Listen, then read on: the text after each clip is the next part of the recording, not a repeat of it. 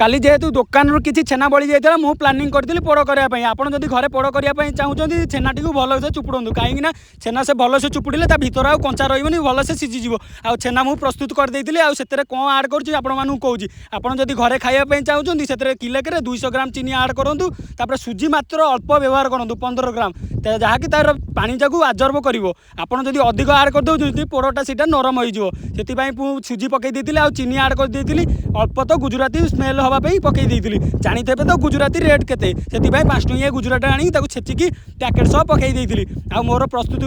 प्रणाली मुझे भलसे गुड़े आपड़ जब घरे करने चाहते गोटे गांगला नहीं आसतु से कदली पत्र पकई दिखाँ आपको खली भी खोजा मिलनी जेहेतु खली में अधिक स्मेल होता है कदली पत्र कम स्मेल होता है आ कदली पत्र करवाटा ठीक आ छेना मोर रेडी कर सारे नहीं मो आंचर बसई आ मोर नेक्स्ट कौन आसूँ वीडियो आप देखा चाहते मो चैनल को सब्सक्राइब कर दिंतु। जय हिंद।